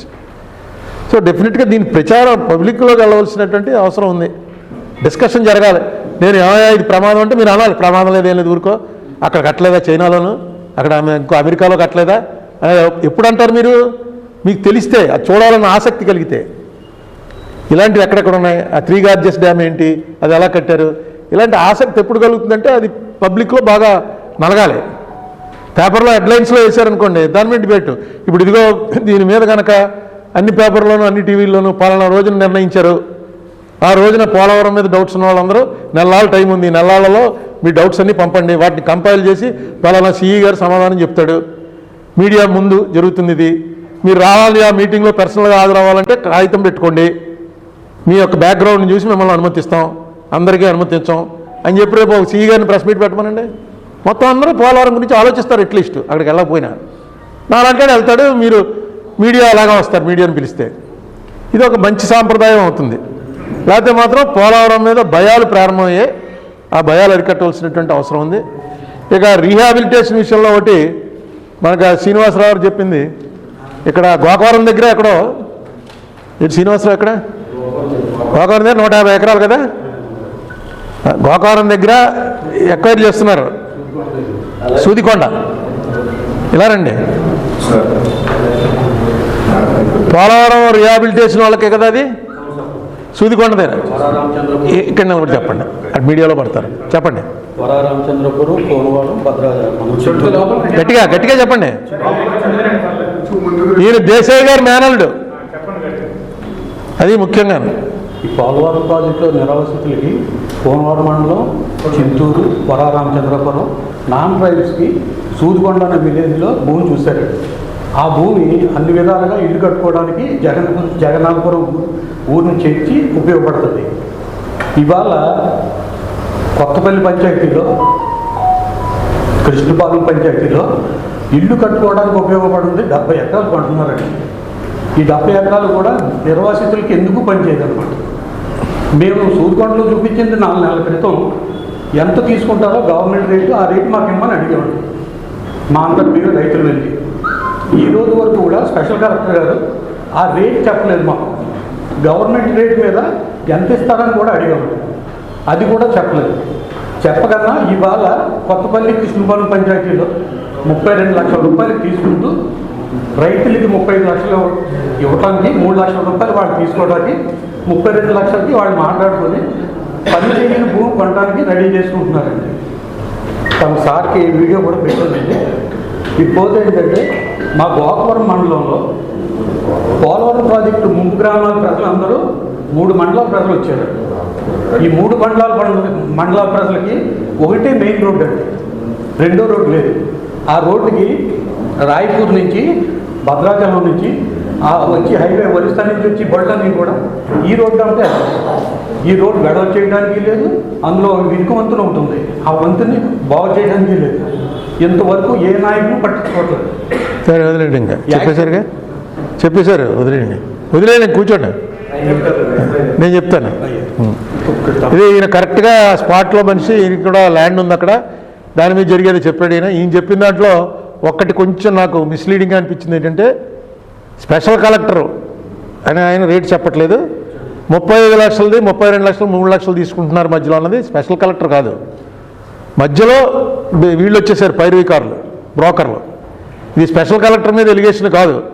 Special collector refuse చేస్తున్నాడు, ఆయన రేట్ ఎంత ఇస్తాం మేము అని చెప్పడానికి, దాన్ని బ్రోకర్లు వాడుకుంటున్నారు. నేను కోరేది ఏంటంటే ఆయన చెప్పిన దాంట్లో నాకు అర్థమైంది ఏంటంటే గవర్నమెంట్ ట్రాన్స్పరెంట్గా ఉండండి, ఇదిగో 30 లక్షలు ఇద్దాం అనుకుంటున్నాం, మీరు ఇస్తారా భూమి లేదా అంటే కాదండి మాకు 40 లక్షలు ఇవ్వండి అంటారు. ఓకే రాసుకుని వాళ్ళు పైకి పంపుతారు, ఏమంటే 40 లక్షలు అయితే ఇస్తామంటున్నారని 33కో 35కో ఎంతకో సెటిల్మెంట్. పూర్వం అంతా అలాగే జరిగేది. ఈ గ్యాప్ ఏదైతే ఉందో అది బ్రోకర్లు ఎక్స్ప్లాయిట్ చేస్తున్నారు, అదేగా మీ అలిగేషన్. ఆ బ్రోకర్లు ఎవరో కూడా ఈయనకి తెలుసు, కానీ ఈయన చెప్పడం, వాళ్ళతో గొడవ ఎందుకు, ఏమైనా అవుతుంది, బ్రోకర్లతో గొడవ పెట్టుకుని బతకనిస్తారా? అందుకని చెప్పడానికి అందరికీ తెలుసు, ఆ ఏరియాకి వెళ్తే అందరికీ తెలుస్తుంది ఇది జరుగుతుంది. ఇది ఇప్పుడు కొంచెం మీడియా పెరగడం వల్ల, సోషల్ మీడియా పెరగడం వల్ల అవేర్నెస్ వచ్చింది కాబట్టి, లేకపోతే ఇచ్చేద్దరు ఆ బ్రోకర్ డబ్బులు బ్రోకర్కి ఇచ్చి చేయించేసుకుందరు, కొంతమంది చేయించేసుకుంటున్నారు కూడా. వీళ్ళు కొంచెం ఈయన దేశాయ్ గారి మేనల్ అవడం, ఈ లా తెలియటం, దీనివల్ల దాన్ని అడ్డుకునే ప్రయత్నం. ఇంకేంటి అందుకే సార్ అసలు ఈ గవర్నమెంట్ ప్రజల దగ్గర కొన్ని భూమికి ఈ విలువ తీసుకుంటాము అంటే ఇవ్వడానికి రైతులందరూ ముందుకు వస్తారు. అదే ముందే చెప్పారు కదా, చెప్పట్లేదు సార్. అదే ఇప్పుడు దీని తర్వాత నేను ఆ స్పెషల్ కలెక్టర్ గారిని కోరేది ఏంటంటే, మీ దగ్గర ఉన్న షెడ్యూల్ ఆఫ్ రేట్ ఉండి ఇక్కడ పోలవరం నిర్వాసితుల కోసం ఎక్వైర్ చేసే పొలాలకి ఇంత ధర ఇస్తాం, ఎకరానికి ఇంత ధర ఇస్తాం అనేటువంటిది ఒక ప్రకటన చేసేయండి. ఇష్టం ఉన్న వాళ్ళు ముందుకు వచ్చి ఇవ్వండి అని. చాలామంది ముందుకు వస్తారు, ఎందుకంటే మంచి రేట్లే ఉన్నాయి. మేము చేసాం అప్పుడు ఒక అగ్రిమెంట్ కాదు, ఒక ఎనాక్ట్మెంట్ చేసాం పార్లమెంట్లో. దాని ప్రకారం 2013కి ముందు ఉన్నటువంటి రేట్లు వేరు, 2013 తర్వాత ఉన్నటువంటి రేట్లు వేరు. ఈ రేట్లన్నీ కూడా బాగా పెంచారు. ఇందాక రాజశేఖర రెడ్డి గారు ఎప్పుడో 2007లో అన్నది 2013లో పార్లమెంట్లో లాయే చేసాం. భూసేకరణ చట్టంలో ఎలా ఉండాలి, ఎంత ఇవ్వాలి, ఎంత ఎక్సెస్ ఇవ్వచ్చు, పెంచాలి. నేను చెప్తున్నాను కదా, మీ మొత్తం మీ లైఫ్ ఫినిష్ చేసి నేను ఎంజాయ్ చేద్దాం అనుకున్నప్పుడు మీకు కనీస అవసరాలకు డబ్బు ఇవ్వకపోతే ఇంకెందుకు? ట్రైబల్స్ని అయితే పూర్తి ఎక్స్ప్లాయిటేషన్ ఏం ఆగలేదండి. మా దేశాయ్ గారు అక్కడ ఉంటాడు, అది పట్టుకుని అలాగా ఆయన గోలెడుతూ ఉంటాడు. అక్కడ ఉన్న ట్రైబల్ విలేజెస్లో పలకరించేవాళ్ళు లేడు. మొన్న ఆయనకి మేము పిలిచి అభినందన సభను పెడితే వచ్చిన వాళ్ళంతా రంపచోడవరం నుంచి, మారేడుమిల్లి నుంచి తెలుసుకుని వచ్చిన వాళ్ళు. ఏంటంటే ఇంకా దేశాయ్ బాబాయ్ ఉన్నట్టు బాబు పోదారండి అక్కడ చెప్పుకుంటే కనీసం మా మాట వింటాడని. ఎవరో దీనికి సంబంధించినటువంటి ఎందుకో ఎవరి దీంట్లోనే వాళ్ళు పడిపోయారు. పూర్వం అట్లీస్ట్ 1000 మందిలోనో 10,000 మందిలోనో ఒకడన్నా ఉండేవాడు. ఈ ట్రైబల్స్ ఏంటి, ఈ షెడ్యూల్ కాస్ట్ పరిస్థితి ఏంటి, వీళ్ళ ఫుడ్ ఎలా నడుస్తుంది అని ఆలోచించేవాడు. ఇవాళ మన పరిస్థితే మనం ఎలా డెవలప్ అవ్వాలన్నది అందరికీ వచ్చింది. ఇందులో దీని టైంలో ఎవరైనా ఉన్నారు రెస్క్యూకి రాగలిగిన వాళ్ళు అంటే మీడియాయే. ఎందుకంటే మీ పనే అది. మీ మీడియా పని ఏంటంటే ఎక్కడైతే అగ్రేవ్డ్ పార్టీ ఉన్నారో, ఎక్కడైతే సప్రెస్డ్ ఉన్నారో, ఎక్కడైతే అప్రెస్డ్ ఉన్నారో ఇమీడియట్గా వాళ్ళని అటెండ్ అవ్వటం, అది చెప్పడం. అందులో రాజమండ్రిలో లోకల్ మీడియా చాలా చాలా తీసుకొస్తుంది. స్టేట్లో ఎక్కడ చూడలేదు నేను ఇంత పవర్ఫుల్ లోకల్ మీడియా. దీన్ని జాగ్రత్తగా వాడి దీని మీద, అందుకే నేను ప్రెస్ మీట్లు పెడుతుంటాను. ఇంకా ఎవరికి వాళ్ళకి చెప్పిందని కన్నా మీకు చెప్తే బెటరు, కొంచెం వాళ్ళకి వెళ్తుందని. ఎవరో లోకల్ ఎమ్మెల్యేయో ఎంపీయో చూసి ఇదేంటో చూడండి అని చెప్పి గవర్నమెంట్ని అడిగినా సరిపోతుంది మనకి. మీరు కూర్చోండి. ఇక అతి ముఖ్యమైనటువంటి విషయం ఏంటంటే పోలవరం జిల్లా అండి. నాకు దేశాయ్ గారు నిన్నే పంపాడు. ఎందుకంటే వీళ్ళందరూ దేశాయ్ గారితో టచ్లో ఉంటారు, పోలవరం వాళ్ళు. ఆయన సొంతూరు కొండమొదలు. నవంబర్ 2025లో గవర్నమెంట్ ప్రకటించింది పోలవరం, మార్కాపురం, మదనపల్లి 3 జిల్లాలు. ఏమండి అంతే కదా? పోలవరం జిల్లాలో ఎవరున్నారా అంటే రంపచోడవరం మండలం, చింతూరు మండలం, revenue divisions of Rampachodavaram, Chintoor కలిపి పోలవరం డిస్ట్రిక్ట్ చేశారు. అంటే మైసూరు బజ్జీలో మైసూరులాగా, నేతి బీరకాయలో నెయ్యిలాగా పోలవరం జిల్లాలో పోలవరం ఉండదు. వీళ్ళకి చెప్పిందేంటి, సీఎం కాకముందు వచ్చి, మీకు సీఎం అయిన తర్వాత సీఎం కాకముందా నాకు పంపిన వీడియో, మీ పోలవరం జనంకి నాకు వేరే జిల్లా ఏర్పాటు చేస్తాను, సమస్య లేదు, మిమ్మల్ని మీరు చేసిన త్యాగాలకి నేను చూసుకుంటాను అని ఆయన స్పీచ్ ఇచ్చాడు. పవన్ కళ్యాణ్ గారి స్పీచ్ కూడా పంపించారు. సో ఇద్దరికి అవగాహన ఉంది. పోలవరంలో బ్యారేజ్ కట్టడం వల్ల పోలవరంలో ఒకప్పుడు పోలవరం అంటే ఆల్మోస్ట్ ఈస్ట్ వెస్ట్ గోదావరి ఏజెన్సీలో ఉన్నటువంటి అన్ని గ్రామాల్లోకి పెద్ద బస్తీ పోలవరం. అన్ని ఆఫీసులు అక్కడే ఉండేవి. అంతకుముందుకు ఇంకా వెనక్కి వెళ్తే పోలవరం జమీందారు, ఆ జమీందారు గారు తాలూకు ఇప్పుడు కూడా ఆయన కొచ్చెర్లకోట, ఆయన లండన్లో ఉంటాడు. ప్రతి పట్టిసీమకి శివరాత్రికి వస్తాడు. ఆయన వచ్చినప్పుడల్లా నన్ను కలుస్తాడు, మన ఆఫీస్కి వస్తాడు. వాళ్ళు అంటే ఇప్పుడు ఆ జమీందారాలు అవి పోయాయి అనుకోండి, జమీందారు అన్నీ పోయాయి. బట్ పోలవరంకి సిగ్నిఫికెన్స్ ఉంది. పోలవరంలో బ్రిటిషర్స్ టైం నుంచి ఒక పోలవరం అనే పేరు అందరికీ తెలుసు. ఈ పోలవరం బ్యారేజ్ వల్ల మొత్తం ఇప్పుడు కంట్రీ అంతా తెలిసే పరిస్థితి కూడా వచ్చింది. అటువంటి పోలవరాన్ని అసలు అందులో రెవెన్యూ డివిజన్ చేర్చకుండానే వీళ్ళు ప్రకటించేశారు. ఇది చంద్రబాబు నాయుడు గారికి తెలిసి జరిగిందా అంటే తెలిసి ఉండదండి అనే చెప్పారు వాళ్ళు పోలవరం. ఎందుకంటే ఇక్కడ వచ్చిన వాళ్ళు అన్ని పార్టీలు వాళ్ళు ఉన్నారు. ఆయన దృష్టికి వెళ్ళి ఉండదండి, పోలవరం జిల్లా అనౌన్స్మెంట్ అంటే జిల్లా అనౌన్స్మెంట్ అనుకుంటారు. అందులో పోలవరం లేదన్న సంగతి ఇది చాలా రెడిక్యులస్గా ఉంది, హాస్యాస్పదం. పోలవరం జిల్లా అని పేరు పెట్టి పోలవరం లేకుండా చేయడం. ఇంకో విషయం ఏంటంటే ఈయన నవంబర్ 2025 నాడే అనౌన్స్మెంట్ వచ్చిందిట. మొన్న 15వ తారీఖు అంటే ఈవేళ 18, 3 రోజుల క్రితం, 15 అంటే సోమవారం అనుకుంటాను, సోమవారం నాడు 371D ప్రకారం 26 జిల్లాలని గుర్తిస్తూ గవర్నమెంట్ ఇది ప్రెసిడెంట్ ఆర్డర్ వచ్చింది. ఇప్పుడు మనకి 371D ఇంకా అలాగే ఉంది. 371D పోలా. ఆంధ్ర తెలంగాణని కలపటం కోసం ఏదైతే ఇందిరాగాంధీ 371D అనే దాన్ని తీసుకొచ్చి ఒక అగ్రిమెంట్ చేసి 2 రాష్ట్రాలని 72, 73 యాజిటేషన్ తర్వాత 75లో కల్పించడానికి తెచ్చిందో, ఎప్పుడైతే విడిపోయాయో 371D పోవాలి. కానీ 371D పోవాలంటే కాన్స్టిట్యూషనల్ అమెండ్మెంట్ చేయాలి పార్లమెంట్లో. ఎందుకంటే ఇది కాన్స్టిట్యూషనల్ అమెండ్మెంట్ చేసి 371D పెట్టారు. మళ్ళీ కాన్స్టిట్యూషనల్ అమెండ్మెంట్ చేసి తీసేయాలి. కాన్స్టిట్యూషనల్ అమెండ్మెంట్ చేయాలంటే 2/3 మెజార్టీ ఉండాలి. అక్కడ సింపుల్ మెజార్టీయే లేదు మన రాష్ట్రం విడగొట్టేసినప్పుడు. అదేగా నా కంటెన్షను. సింపుల్ మెజార్టీయే లేదు. ఆ వేళ సభలో ఓటింగ్ జరుగుంటే విభజన జరగదు. అది ఆ పరిస్థితిలో 370D పక్కన పెట్టారు. ఈ పక్కన పెట్టిన దాని మీద రాజ్యసభలో డిస్కషన్ అయింది. అరుణ్ జైట్లీ అడిగాడు 371D ఏం చేస్తారు అని అడిగాడు. అడిగేటప్పటికి అరుణ్ జైట్లీ పక్కన రూలింగ్ పార్టీ తరఫున ఎవరో వెళ్ళి గోకారు, ఒరే నువ్వు ఇలాంటి రైజ్ చేసావు అనుకో ఇప్పుడు విభజన అవ్వదు, ఏదో ఒకటి వదిలిపోతుంది, ముందు మాట్లాడకు నువ్వు అని. కానీ అడిగాడు కాబట్టి సమాధానం చెప్పాలి కదా.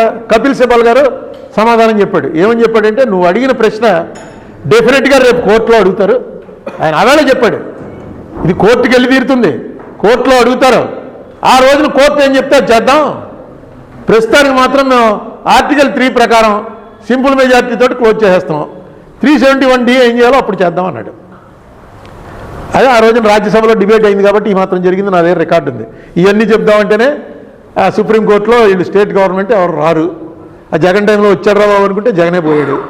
ఇప్పుడు చంద్రబాబు నాయుడు గారికి పవన్ కళ్యాణ్ గారికి రండి బాబు అంటే వీళ్ళు రారు. సరే అది వేరే విషయం అనుకోండి. రంపచోడవరంలో ఉంటుంది, పోలవరంలో ఏమీ ఉండదు. అసలు పోలవరంలో ఏమీ ఉండదు, పేరు మాత్రం ఉంటుంది.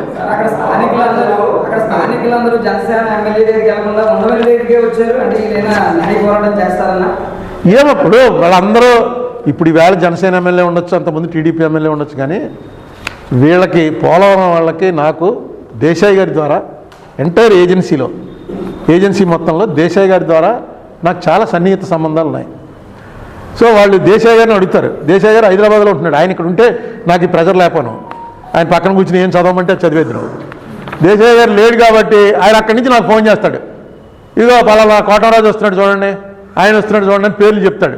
వెంటనే వీళ్ళు నాకు అంతకుముందు తెలిసిన వాళ్ళే వస్తారు, వచ్చి ఇది ప్రాబ్లము. అయితే దీంట్లో నేను క్లియర్గా అడిగాను, నేను పెట్టడం వల్ల వీళ్ళు అరుణ్ కుమార్ దగ్గరికి వెళ్ళి మీకు వచ్చిన సమస్య గవర్నమెంట్కి వచ్చిందనుకో, ఈ అయ్యేదాన్ని అలా నొక్కుతారు. ఎందుకంటే వాడు చెప్పగానే చేసామంటే ఇది కదా నొక్కుతారు, ఆ ప్రమాదం కూడా ఉందని చెప్పాను. అబ్బాయి అలాగేం లేదండి, మాలో అన్ని పార్టీల వాళ్ళ ఉన్నాం, మాకు పోలవరం అనేది మెయిన్, ఇలా మమ్మల్ని అందులో లేకుండా చేయడం ఏంటి, అసలు 3 మండలాలు ఉన్నాయని అన్నా 3 రెవెన్యూ డివిజన్లు ఉన్నాయి అని ఉన్నా అందులో ఎక్కడ హెడ్ క్వార్టర్స్ అవుతుంది ఏదవుతుంది అన్న దాని మీద వీళ్ళు కొంచెం తర్జన భర్జనలు పడడం, ఎమ్మెల్యేల దగ్గరికి వెళ్ళడం అది చెదురు. అసలు పోలవరం లేదు. పోలవరం దీంట్లో గోదావరి ఎక్స్ప్రెస్ గోదావరి స్టేషన్లో ఆగడం అంటే గోదావరి స్టేషన్ పాత్ అయిపోయింది, గోదావరి ఎక్స్ప్రెస్ అంత పొడుగు లేదు. అది అంటే పోలవరం అంత పాత్ అయిపోయిందా? రంపచోడవరం ముందు పోలవరం గ్రామం ఉందండి.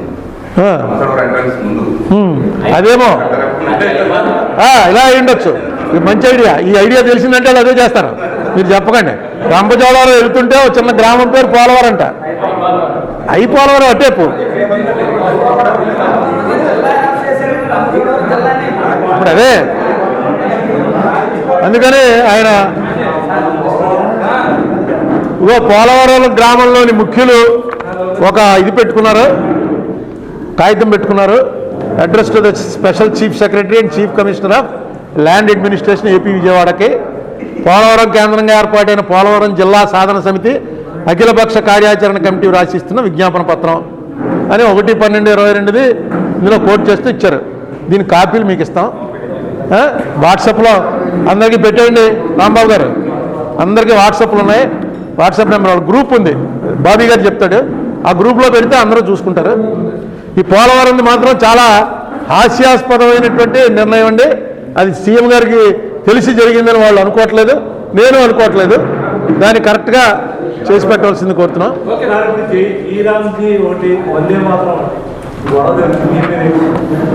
వందే మాత్రం కాదు కానీ ఒకటి చెప్తా వినండి.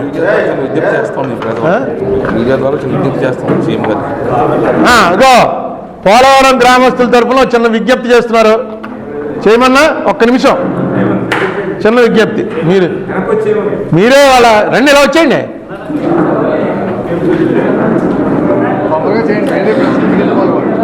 వాళ్ళకి next Anaparthi MLA press meet ఉంది, వాళ్ళు వెళ్ళిపోవాలి. సింపుల్గా చెప్పండి. గవర్నమెంట్ నమస్కారం అండి.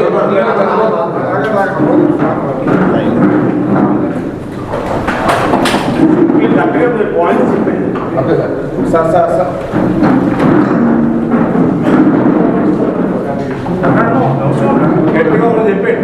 ఈ రాజమండ్రి మీడియా ద్వారా చంద్రబాబు నాయుడు గారికి పోలవరం ప్రజల తరఫున అందరం కూడా నమస్కరించుకుంటూ, మీరు మా పోలవరం ప్రాజెక్టుని వల్ల చాలా నష్టపోయారు. మీరు కనుక మేము అధికారంలోకి వచ్చిన వెంటనే పోలవరం జిల్లా కేంద్రంగా చేసి అన్ని మండలాలందరినీ కలిపి పోలవరం కేంద్రంగా చేసి డెవలప్ చేసి బాధ్యతని తీసుకుంటారని మీరు తమకు చెప్పారు, ముఖ్యమంత్రి గారు చెప్పారు. కాబట్టి పోలవరం పరిస్థితితో అత్యంత దయనీయంగా ఉంది. ఈ రోజుని పోలవరం అనేది ఒక అందరినీ జీవనాలు అవ్వచ్చు, కానీ పోలవరానికి శాపంగా మారింది. మాకు జీవనగతి లేదు. 60-70 గ్రామాల నుంచి ప్రజలందరూ కూడా ఈ రోజు పోలవరం రాకుండా మానేశారు. వ్యాపారాలు లేవు. అనేక వేల ఎకరాల పొలాన్ని ఈరోజు మేము కోల్పోయాం. కూలి లేదు, వ్యవసాయం చేసుకోవడానికి వ్యవసాయం లేదు. కాబట్టి అందరూ కూడా దయచేసి ప్రభుత్వాన్ని కోరుకునేది, నమస్కారం పెట్టి కోరుకునేది ఏంటంటే, ఈ మీడియా ద్వారా మా పోలవరాన్ని రక్షించండి, మాకు జీవనోపాధిని కలిగించమని కోరుతున్నాం. దయచేసి పోలవరం జిల్లా కేంద్రంగా చేసి మీరు అన్నట్టుగా మీ మాట నిలబెట్టుకోవాల్సిందిగా సమన్వయంగా ప్రార్థిస్తున్నాం. కోటరాజు రామచంద్రరావు, పోలవరం. సార్ చెప్పండి సార్, శ్రీరామ్జీ వందే మాతరం. ఏ వందే మాత్రం కావాలా ఎత్తదా? ఏ వందే మాత్రం చెప్పనా ఏమండి? మహాత్మా గాంధీ అంటే ఇది వెనక్కిపోయి అది మెయిన్ అయిపోద్దని వేరు. ఎందుకు దొరకను నువ్వు ఎప్పుడు కావాలంటే అసలు మీరు మీట్ ద ప్రెస్ పిలవరే ఎవరు? మీట్ ద ప్రెస్ అని పిలిచారనుకో, అప్పుడు వచ్చి ఏం కావాలి ఏది అడిగితే అది సమాధానం. ఓ రోజు ఎప్పుడో ఖాళీగా ఉన్నప్పుడు చెప్పండి, ఇక్కడ పెడతారు. కానీ నేను ఇక్కడ పెట్టచ్చుగా మీట్ ద ప్రెస్. మీకు ఎవరు ప్రెసిడెంట్ ఇప్పుడు? నువ్వేనా ప్రెసిడెంట్? మీట్ ద ప్రెస్ పెట్టండి, ఇక్కడ పెట్టండి. ముందు పోలవరం సబ్జెక్ట్ చేస్తున్నారు. అక్కడ మీకు ఇన్ఫర్మేషన్ సార్ ఇచ్చారు 2 కూడా. ఇదిగో మొత్తం ఫైల్ అంతా అదే ఇవే చెప్పాను శివాజీరావుది, ఎందుకు వ్యతిరేకిస్తున్నాం అన్నది. అదే మన ఇద్దరం కలిసి వెళ్ళాం. అవును. ఇదిగోండి నా దగ్గర ఇంకా ఫైల్.